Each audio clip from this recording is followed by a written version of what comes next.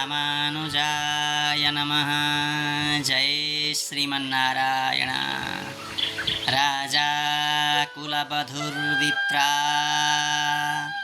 मन्त्रिणश्च पयोधराः स्थानभ्रष्टा न शोभन्ते दन्ताः केशानखानराः।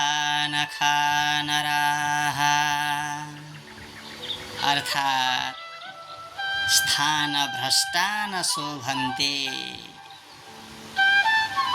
आफ्नो स्थानदेखि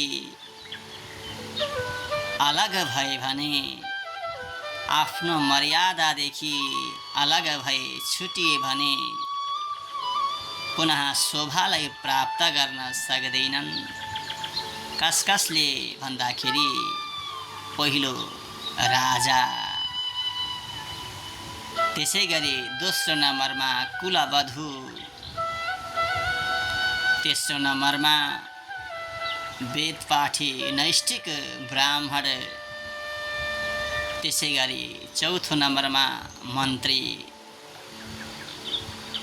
स्तनधारी जीवबाट स्तन अलग्गै रहन सक्दैन। त्यसैगरी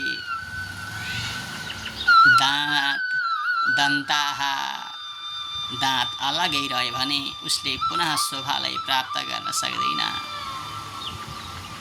दन्ताः केश, नख, नङहरू र व्यक्ति नराः, नरले आफ्नो मर्यादालाई, यीहरूले आफ्नो स्थानलाई छोड्यो भने, अलग्गै भए भने पुनः शोभालाई प्राप्त गर्न सक्दैनन्।